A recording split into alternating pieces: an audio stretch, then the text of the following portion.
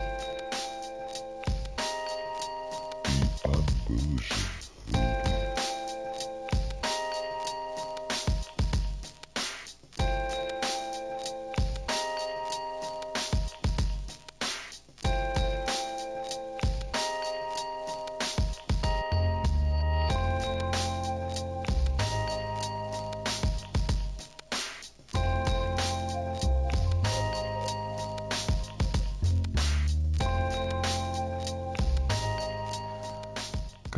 Good morning, St. Paul. This is your Un-Bougie foodie, Wesley Wright. Thank you so much for tuning in.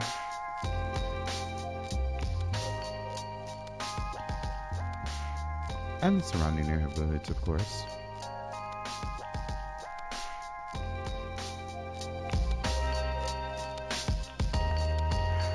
Just want to say thank you for joining us on this Saturday.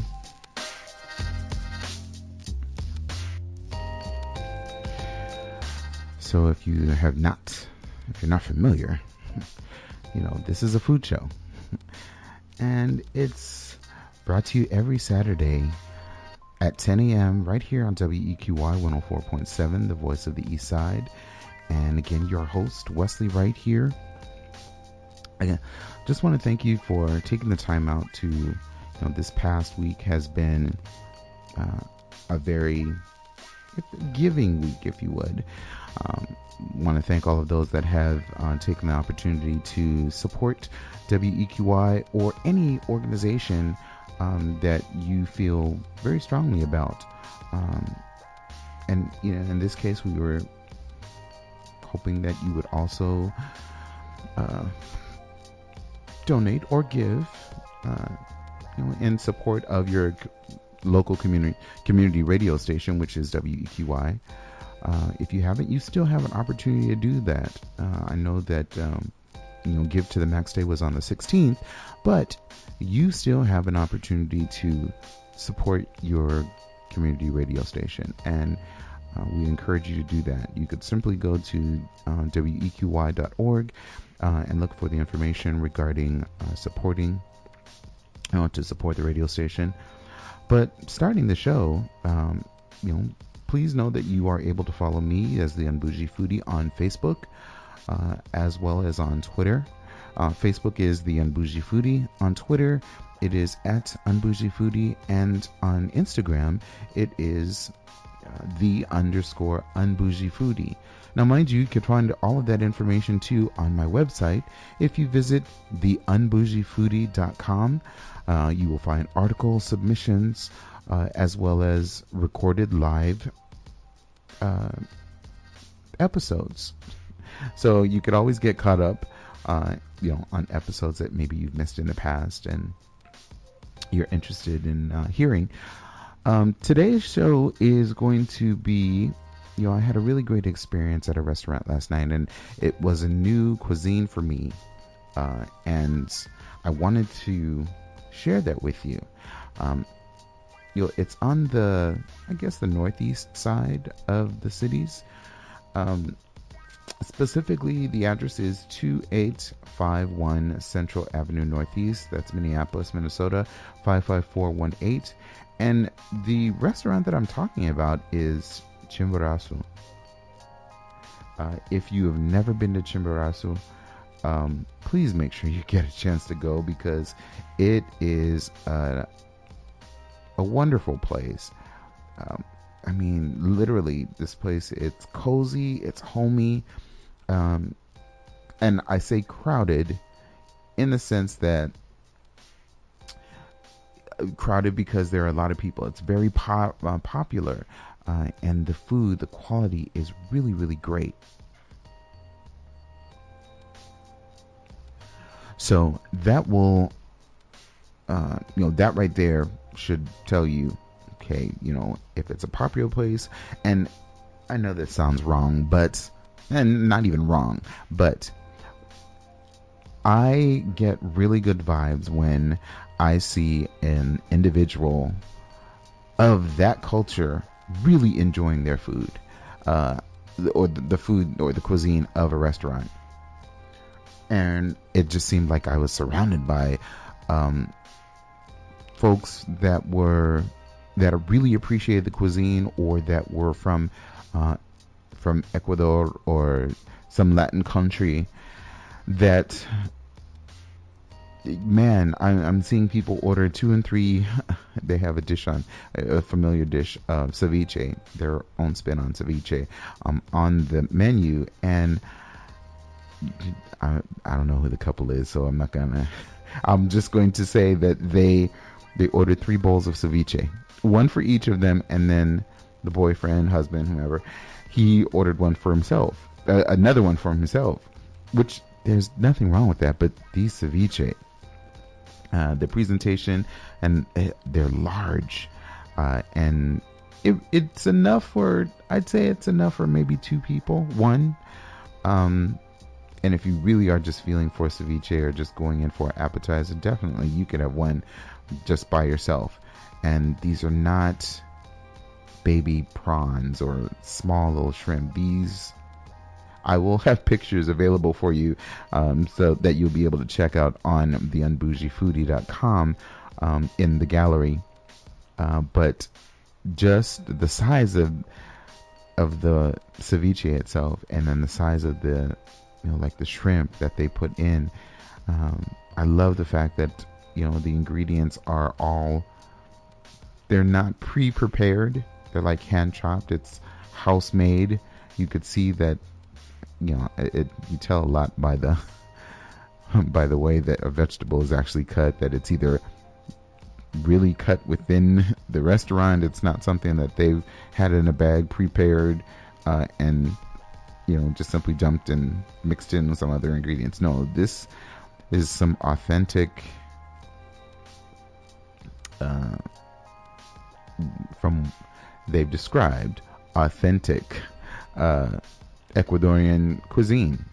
So definitely go to their website to find out more. But I'll tell you a little bit about what I had. Let's see, I did have the ceviche. They call it ceviche de camarón. It is shrimp cocktail with red onions, tomato, lime, and tostadas, served with patacones, I think is what it's called. Yeah, patacones. And she described what it is. Oh well. What is... She described it and I wrote it down, and, for the purpose of being able to explain what it is on the show. But basically, they are... They're plantain slices, basically. I assume that they're kind of like mashed, but they're like fritters. I'm just going to put it more simply. Yeah. They're twice fried. They're plantain slices. They're mashed a bit. And, the name that I mentioned, patacones, it's probably more popular as tostones. There are other names for them as well, but you'll actually see the photos of those. But basically, they serve as a vehicle for you to eat along with the ceviche. They are, the plantains are cut. I'm quite sure you've seen plantains in the grocery store.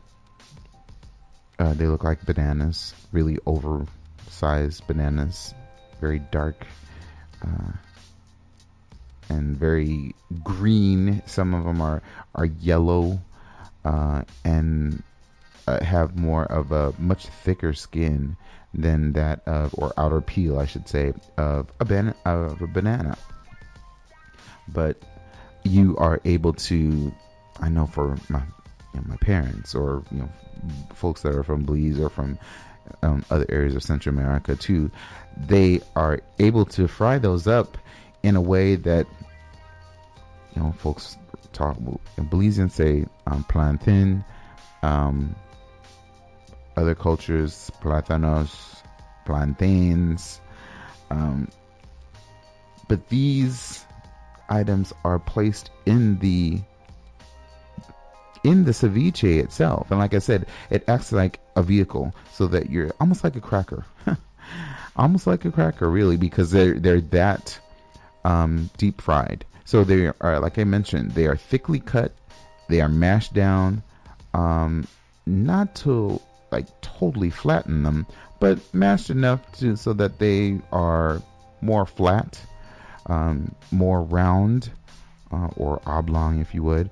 And then you could put your tomatoes, and then a little bit of the juice or from the ceviche, and then top that with maybe one of those large shrimp. And it's a delicious mix of those ingredients. I mean, you taste the lime and the onions and the tomatoes, and just it's really, really great. That was one of the items that I had. Then the next thing that I had was an empanada de carne. And the empanada de carne, it really is, it's an empanada. I mean, I'm quite sure you're familiar with empanada, and this is just filled with beef. There are good sized chunks of beef. I think they're cut more they're almost like cubit, and then of course the beef is cooked. Beef is very tender. There are other empanadas that are available. They have a empanada de queso that's on there, and they refer to them, to give a better explanation for those that are not familiar with empanada. Like for the empanada de queso, it's referred to as cheese turnover. Same thing for the empanada de carne. It is beef turnover, and that's just so that you understand, what it looks like. Again, I took pictures of all of my dishes, and hopefully you will not be disappointed, because man, I'm telling you, this stuff was really, really good. Let's see, Marcos. I think it's Bengal. He's the owner and the chef of Chimborazo. He came to Minneapolis from Cañar, the Sierra, and this is information that you could find on their website as well. The food that he's producing or making there within the restaurant, they refer to it as local indigenous lore.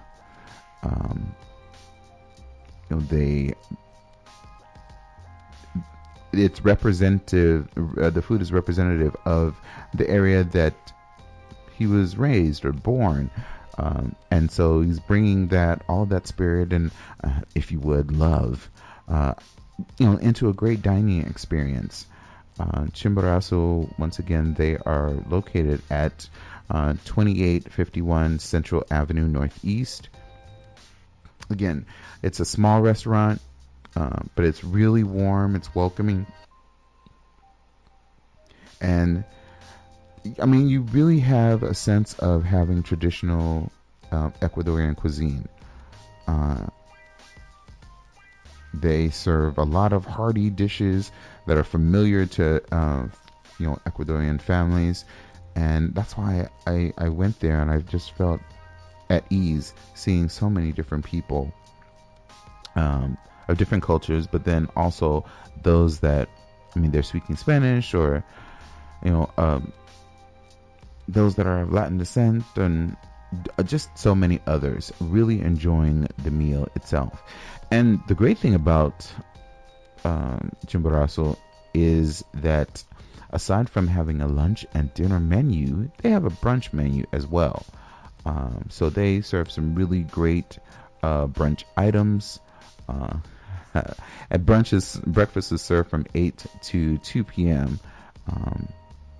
And I like how they put on their menu, buenos dias. The first one, Chimborazo, is 2 pancakes, roasted pork, and an egg. So it makes me feel like I need to go back there. sometime in the very, very near future, hopefully there will be others that would like to join based on this information that I'm giving you too. But yeah, visit there. Feel free to find out more information by going to Chimborazo restaurant.com, and you'll be able to see the menus and the items that are on the menu. I do want to mention one last item that, I had, which was delicious because it reminded me of another version of stewed chicken that, Belizeans would do.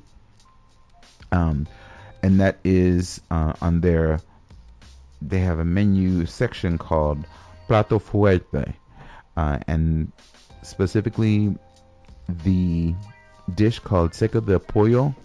It is chicken stewed with peppers, onions, garlic, and a hint of passion fruit. That's served with white rice and then a plantain, and a fried plantain, I should say. So, gosh, the meat was wonderfully cooked. It was tender. I love the flavoring that they put on it. In my opinion, it was really, really great. I mean, it was top notch. Now, mind you, I have not had a lot of Ecuadorian cuisine, but in my opinion, I would definitely go back and experience it.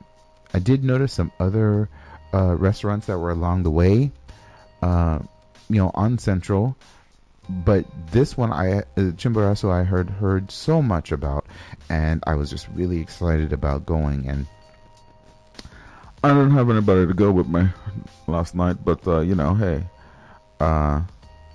there's nothing wrong with going and eating by yourself. I want to talk about, though, a specific side item, which this came with the empanada de carne, and it also came with the other dish that I just mentioned, the seco de pollo, and this item is called Aji Criollo, Criollo. I think that's right. Aji Criollo. And that's spelled A-J-I, Aji Criollo. And that's Criollo. And it's like a hot sauce, Ecuadorian hot sauce. And I did ask my server, what is that wonderful green sauce that comes along with the seco de pollo and the empanada de carne? And I had finished mine, and they had taken my dish away. And she was like, what? I was like, and I had to point over to someone else's table because they had it as well. And she's like, oh yeah, that's our aje. I said, well, I don't know what that is. She's like, it's kind of like a hot sauce. But yeah, it's really pronounced Aji Criollo, Creole. And I asked, well, what's in it? And she, very simple, very, very simple. Yeah, I feel like I need to make some at home, and because it's so simple. But could be hot peppers. So let's just say it could be serrano or jalapeno. Cilantro, garlic, onion, and lime, and a little bit of oil, and maybe some water. And all you do is basically blend it, and blend it until it's quite smooth, or to whatever texture that you'd like. But man, you could put that on everything. I mean, I tasted it with the empanada. Oh man, so good. And then mixing it with the chicken. I know they probably were thinking, what is this guy doing next to us? Because this couple was just the ones that had like 3 bowls of ceviche or 3 orders of ceviche, they were looking over as I was, I guess you want to say, deboning the chicken, because it was a chicken thigh and a chicken leg that they gave us for the seco de pollo, or gave me, I should say, for the seco de pollo. And I wanted to mix it in with everything. I mean, the chicken, the rice, the sauce, they still gave us, give me a side of, the mixture of tomatoes and onions, along with the plantain for the dish. But I tasted the green sauce first. I was like, what is this interesting thing? So I tasted that, had some on a fork, put it on my tongue, and I was like, wow, this is bomb. So I'm going to mix it in with everything. It was, and I was not disappointed. It had enough heat. It wasn't even really spicy because of the other items that were in there, the cilantro, the garlic, and I think too because of the lime. The lime also helped cut it, but it didn't give it that tangy taste. So it doesn't really, I was looking online to see if there was an actual recipe, but I mean, you could probably, you could probably find it out there, and I think I may have found one for you. But so many different names. People call it green ají salsa. So if you're ready, I'm going to share a recipe that I found. I want to thank geniuskitchen.com for having it available, and I'm going to share it with you.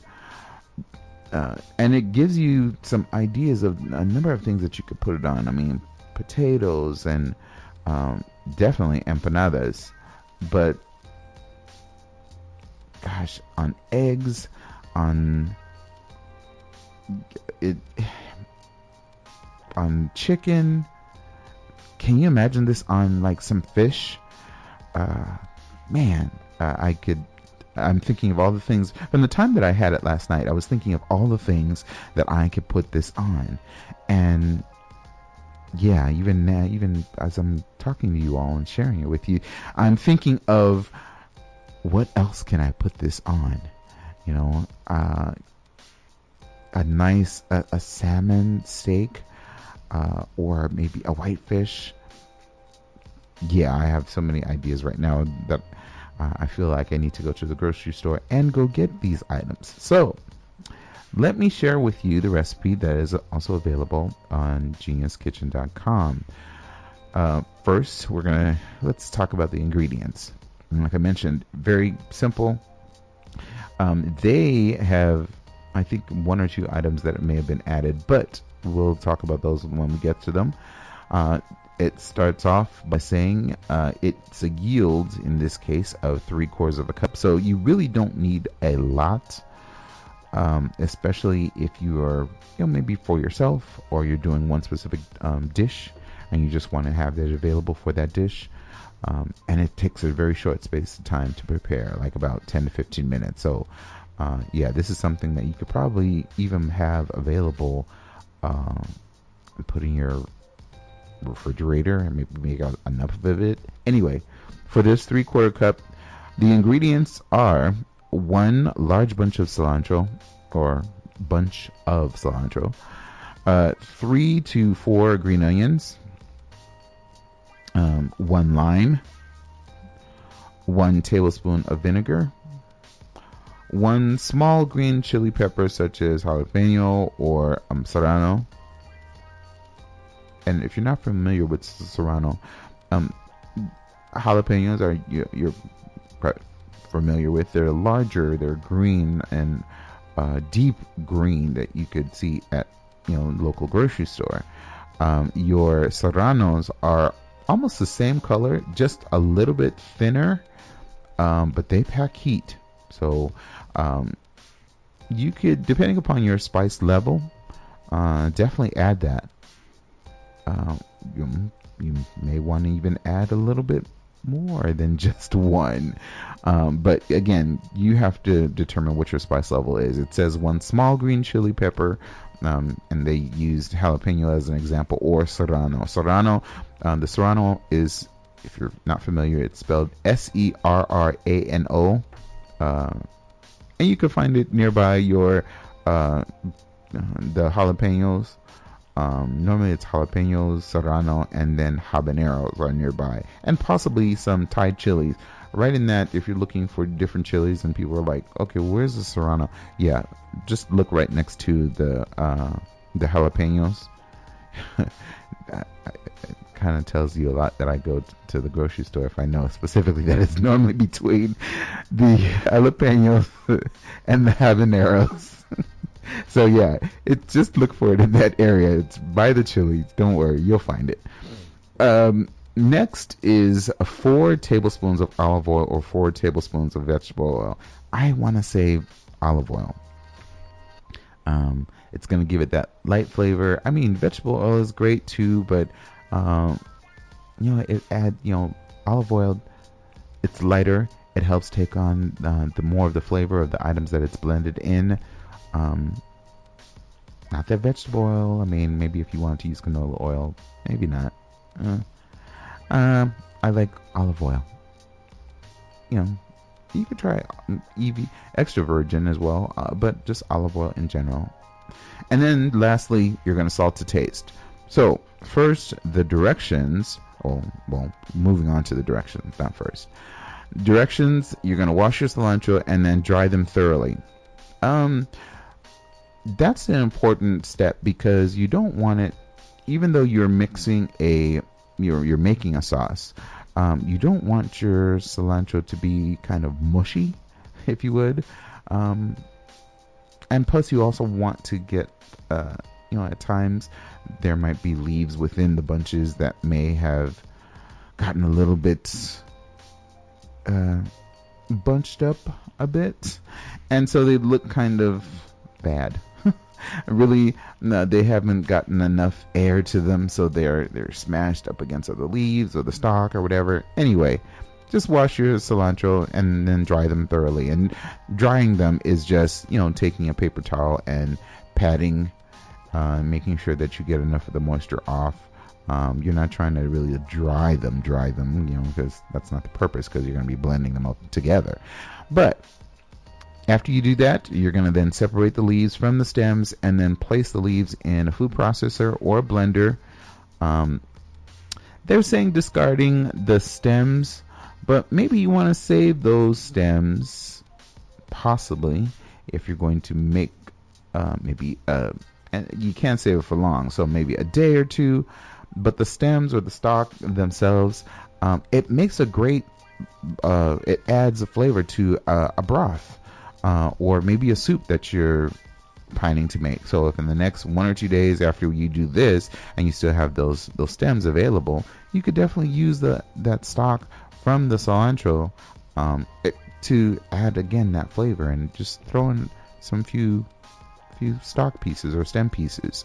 So all about making sure that we're using food to its fullest purpose. So yeah. Next, you're going to chop the green onions and then add them to the food processor along with the cilantro. You're going to process the mixture in short pulses just to make sure that everything is coarsely chopped. Next, you're going to mince the chili peppers and removing any of the stems or the seeds. The stems, of course, top. I don't really like membrane that much in any type of pepper, whether it be bell pepper, chili peppers, whatever. I don't like the membrane. So, I think this is helpful unless you really, really want those seeds. If you do want the seeds, or you want to taste that and you want to blend that up, which I think in this particular sauce, unless you really want to have that bite of a seed or the extra heat and everything, I definitely use maybe a spoon, maybe slice open the, whether in this case a jalapeno or the serrano, Slice it lengthwise in half, and then use a spoon to help take out the seeds and also the membrane. Um, if you don't want to just simply waste the seeds, you could always save them and then plant them in a little pot or garden if you like. If you're trying to grow your own. Anyway, getting back to the recipe. After you mince the chili pepper, you're gonna then put those chili peppers by teaspoon into the cilantro and the onion mixture, and then pulsing the mixture after you add each teaspoon of the chilies until an appropriate or your desired spiciness is actually obtained. Now, I know we talked about it's talking about jalapeno or serrano. You could probably make this as hot as you want. So if it means going to or adding jalapeno, serrano, and maybe even habanero, you might be able to work it. Now, I think if you do that, mincing your habanero very, very, very finely, you will not even hardly know that it's there, but you will get the heat that's needed. When a habanero is cut down really, really small, you tend not to really get that extra bite of the actual pepper itself, but you do get the heat. So larger chunks, I think it's going to be kind of at a level of you're biting into the chili, the flesh of the pepper itself, and as with any vegetable, it's going to release oils and juices, in between your teeth and on your tongue. And you're going to catch that a whole lot more than having it minced really fine and then put into the sauce and then mixed in. So again, keep in mind that your spice level, you have to figure out what that is, but I think jalapeno and serrano might be just a good way to kind of like start off, and then maybe move on to the habanero. And then if you're really brave, then add a Thai chili or something like that. But I think that's probably going into the route of maybe almost like a chimichurri sauce. But anyway, again, decide what your spice level is. Proceed at your own caution. After you add in the chili peppers, you're gonna then whisk together vinegar and juices from the juice from half of a lime. You're gonna whisk in olive oil, and then you're going to stir in the chopped cilantro, green onion, and chili pepper mixture into the oil and lime juice, making sure that you're tasting it, so that you're seasoning and adding salt to taste, maybe more lime juice if necessary. You can actually store the salsa in an airtight container in the refrigerator until it's ready to use. Normally, salsa should keep for maybe about a week in the refrigerator. But I doubt if you make this for friends or for yourself, you're probably going to find a lot more other ways or resources and meats and things that you can use this on, because it's really, really tasty, folks. When I tell you that I'm thinking of eggs, maybe some scrambled eggs or maybe an omelet with this on top. This will be some great stuff, I promise you. So keep in mind what it's called. Aji Criollo, and I'm probably pronouncing that right incorrectly, but I spelled it Criollo. The double L is more of like a Y sound, just in case anybody's interested. So Aji Criollo. Unless that's Criollo. No. But yeah, you could certainly find any recipe of this of your liking. Notice how I mentioned that, um, in the recipe that she told, the server told me, it had garlic uh, in it as well. And she didn't mention anything about vinegar. Here, this one has a little bit of, this one has no garlic, but it has vinegar. So it really depends upon you. You can make a variety of different types of ahi. Um, you know, yeah, aji criollo. uh, you could definitely make it in so many different ways, and I mean, there's an Ecuadorian, there's a Peruvian, there is a Creole version to it. Just find your own way of, or your own style, if you would, of creating this sauce. You will not be disappointed. I tell you, some of the suggestions that they give: empanadas, potatoes, vegetables, grilled meat.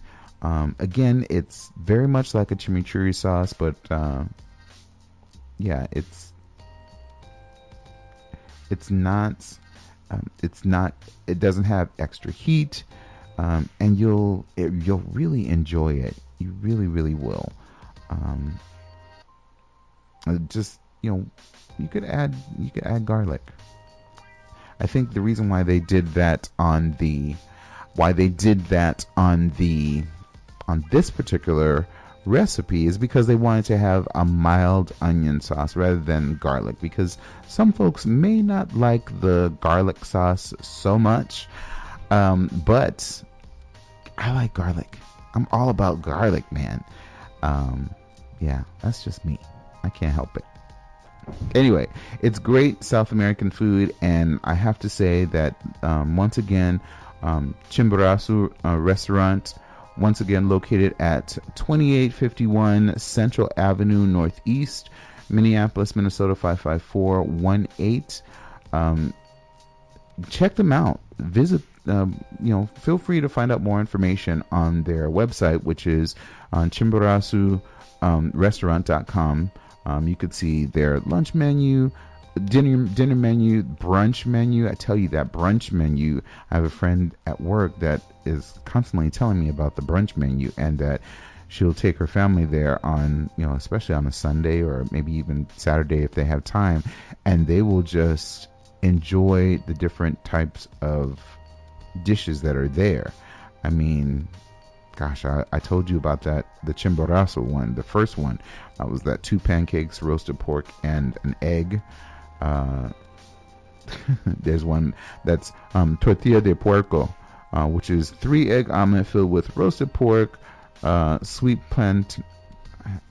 I know plantains. For me, it's plantain. And then served with fried potatoes. A cheese omelet, 3 egg omelet filled with shredded cheddar cheese, a specialty pancake, the specialty, I love it, buttermilk pancake with blueberry, mango, coconut, or sweet fried plantain. Yeah, the list goes on. So once again, visit or learn more about the restaurant by going to chimborazorestaurant.com, and check out their menus. You won't be disappointed. Trust me. And then that Aji Criollo sauce, yeah, there's going to be photos that I'm going to probably make of some. So just so you know, I'm going to find some way to use that sauce and rather than just having it with chicken and rice. And I promise to post more photos of that. Once again, please visit the Un-Bougie so that you'll be able to actually see more of the photos of the dishes that I had from last night. Oh, wait, I almost forgot. Yeah, they have a tres leches cake. Y'all know that I'm going to boot camp, so hopefully my trainer is not listening. She's gonna be mad at me because I had tres leches cake. Yeah. If you've not had tres leches, it is basically pick a nice baked pound cake and then pour milk or saturate it with basically sweetened condensed milk. There's like 3 different types of milks that's used, but this is such a tasty treat. I mean, and they give you a nice size piece, which I was going to take home with me, but that didn't make it home. It didn't make it past the table. But they serve it with whipped cream and strawberries. Gosh, yeah, I almost forgot about that. I'm going to pay for it on Monday if she's listening, but that's okay. You sometimes, have to live your life a little bit. So, yeah, check that out, folks. Chimborazo restaurant, Ecuadorian cuisine. The first time I've had it, but I've known about it. It's been on my radar for quite some time. So hopefully you'll have an opportunity to experience and enjoy maybe a different dish that I've not had yet. But I assure you that I'll be going back just to taste some more. I got to tell you all more about it. So why not? If you have any suggestions, maybe you know of a dish that you can serve Aji Criollo with, feel free to drop me a line. You could do that by sending an email to the Un-Bougie@gmail.com. You could also do that on the Un-Bougie.com website as well. So leave a comment. Feel free to read through the articles that are available, as well as past shows. Like I mentioned earlier at the top of the hour, those are available for your convenience, just in case you want to either get caught up or maybe listen to a show that in the past that offered some suggestion of a restaurant maybe that you want to go to. Feel free to leave me a comment there, and you'll find out new information about new foods and restaurants. What's bad about that? There is none. I want to move into, there is, somehow I found some information regarding, what do you all feel about meal programs, meal kit programs? Make at home. There's so many different other ones that are out there. There's Blue Apron. There is, there's a bunch of them actually, and you've seen them advertised online, or either online or even on television, where you pay either per month, and maybe it's on a daily basis or a weekly basis. You're provided with a box of ingredients as well as recipes, or a recipe that you are able to make or produce with for your family. And a lot of times they're unique recipes that maybe you've never thought of, or using ingredients that you thought were probably, gosh, this is interesting, it smells delicious, I wish I knew how to make this. Now you have an opportunity to do that, because they provide with so many different meal kits and programs that are available out there. There is one, however, that came to my attention, which is, they're called East Side Table, and it's indicated as nourishing our community, nourishing our neighborhoods, our families, and ourselves for full and happy lives. They have a diverse group of organizations that work together on the east side of St. Paul, and they've co-designed a program that they empower people to do home cooking. This show, also the Un-Bougie Foodie, I know we talk about going out, but it's just as important cooking at home, cooking a meal with your family. I mean, if you're on a budget, come on, think about it. If you have an opportunity to go to the grocery store, or you're familiar with a recipe and you could make certain things at home and save yourself some money, why not? But if you don't have the experience, so with recipes, or they seem intimidating, I'm not sure what ingredients goes with what, here is an opportunity for you to participate in a program, and it helps folks on the East Side communities to learn about a skill, something that they could share with their family and friends. It's a 10-week, as they say, make-at-home meal program.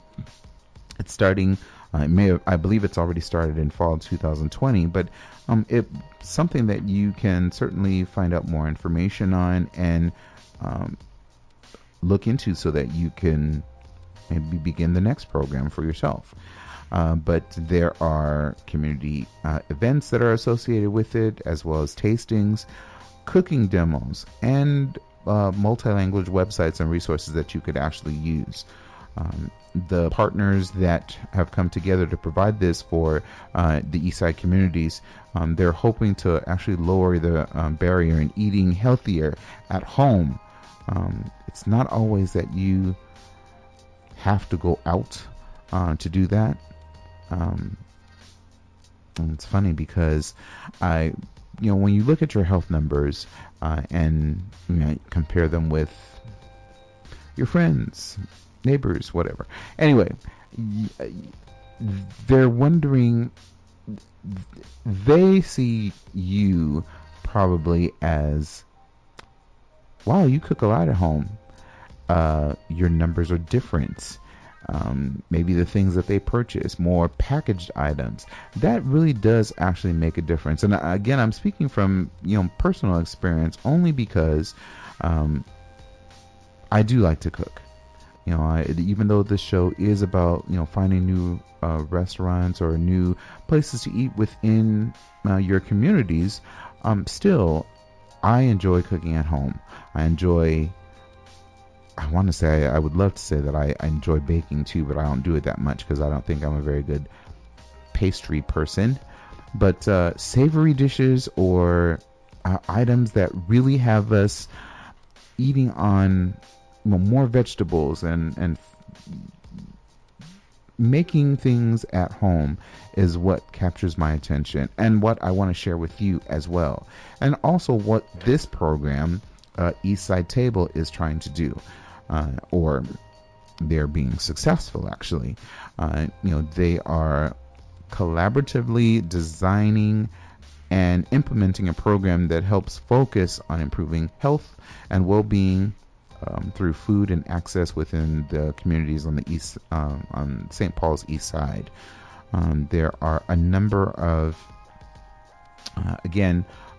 partners that are associated with it, and some that you're very familiar with on the East Side. Clues, East Side Elders, Kitchen on the Bluff, many, many more. Urban Roots. But if you're interested, visit there. Feel free to find out more information by sending or going to eastsidetable.org. And it will tell you much, much more information about the organization and what it offers, how you could even possibly get involved in helping as well. As I mentioned, there are classes that are available, community events and cooking demos that you can be involved in. But again, think of it as a way for families to learn more about a step-by-step instruction on how to make delicious as well as healthy meals for your family. And this could be, it starts out with at least a family of 4, and then larger families, they have the opportunity to have additional meal kits that you can obtain as well. But again, learn more about them by going to eastsidetable.org. They're located at 1690 University Avenue, That is that University Avenue West, and that's in St. Paul, 55104. So yeah, East Side Table. Again, remember, what do we always say? It is all about the food, and really, that's what this show is always about. We're always encouraging someone, all of our audience listeners out there, find a way to make food fun or enjoyable. You could do that with your family. You could, even if it's by yourself. Honestly, I don't mind cooking at home alone. But, I had a discussion with someone that maybe a couple of weeks ago, cooking at home, it seems lonely. No, I agree. At times it does, but that's where my creativity comes out, because I know that I'm being my own guinea pig, and I am going to cook a meal and test it out. And I'm not going to have that. If it doesn't taste good, I'm not going to share it with my friends. Not really. I know sometimes that is, your friends are supposed to appreciate when you try to make a meal, and it may not come out the way that you'd like it to. And they're still encouraging you on, and hey, thanks for trying that. No, I'm sorry, I'm not that person. I don't do that. I can't. I'm not a perfectionist, but it needs to be good. I want them to be able to enjoy it. I want to be able to enjoy it as well, and know that, hey, I've made something and I'm sharing it with friends, and they can walk away from this experience knowing that the Un-Bougie foodie knows how to cook something, or it knows how to cook, period. Anyway, thank you all so much for tuning in today.